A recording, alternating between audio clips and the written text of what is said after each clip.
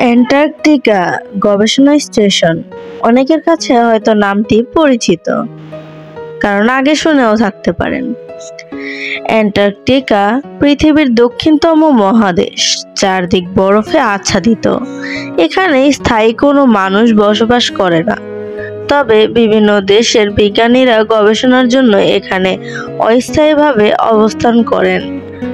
তাদের জন্য বিশেষ গবেষণা স্টেশনের নির্মাণ করা হয়েছে। এগুলোতে কঠোর নিরাপত্তা ও নিয়মকানুন মেনে চলতে হয়। অনুমোদিত গবেষক ও কর্মী ছাড়া অন্য কেউ প্রবেশ করতে পারে না, কারণ এখানকার আবহাওয়া অত্যন্ত বিপজ্জনক। শীতকালে তাপমাত্রা নেমে যায় প্রায় -60°C পর্যন্ত।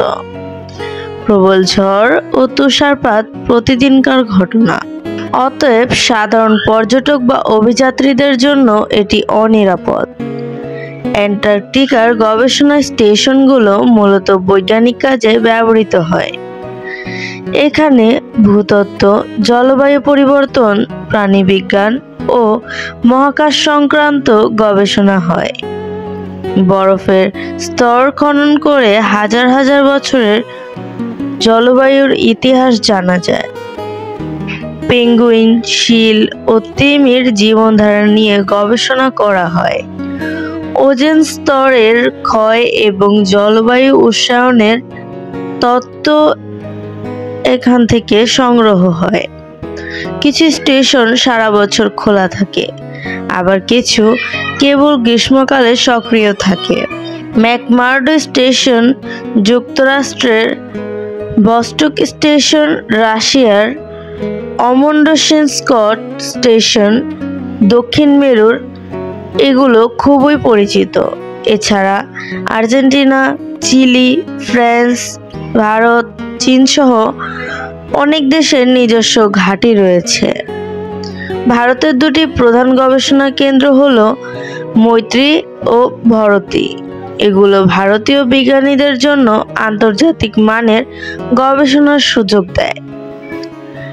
অ্যান্টার্কটিকার চুক্তি অনুযায়ী মহাদেশটি শান্তিপূর্ণ গবেষণার জন্য সংরক্ষিত। এখানে সামরিক কার্যকলাপ বা খনিজ উত্তোলন নিষিদ্ধ। তথ্য ও ফলাফল আন্তর্জাতিকভাবে ভাগাভাগি করা হয়, যাতে পুরো মানবজাতি এর সুফল পায়। গবেষকদের শৃঙ্খলাবদ্ধ জীবনযাপন করতে হয়। তাদের খাদ্য, চিকিৎসা, বিদ্যুৎ ও যোগাযোগ ব্যবস্থা কঠোরভাবে নিয়ন্ত্রিত। একটি স্টেশন আরেকটা ক্ষুদ্র শহরের মতো, তবে বরফের মধ্যে আটকে থাকা। কঠিন পরিস্থিতিতেও বিজ্ঞানীরা অদম্য প্রচেষ্টা চালিয়ে যান। তাদের অধ্যবসায়ের ফলে আমরা নতুন জ্ঞান লাভ করি। মানব সভ্যতার ভবিষ্যৎ টিকে থাকার জন্য এগুলো অমূল্য অবদান রাখে। অ্যান্টার্কটিকার সৌন্দর্য অপরূপ হলেও সেখানে প্রবেশ সহজ নয়।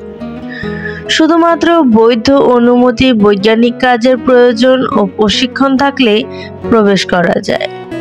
যে কেউ ইচ্ছে মতো ভ্রমণ করতে পারে না, কারণ সেখানে জীবন রক্ষা করাই বড় চ্যালেঞ্জ। বরফ, অন্ধকার, শূন্যতা ও চরম ঠান্ডা মানুষের ভয়ানক পরীক্ষার মুখে ফেলে।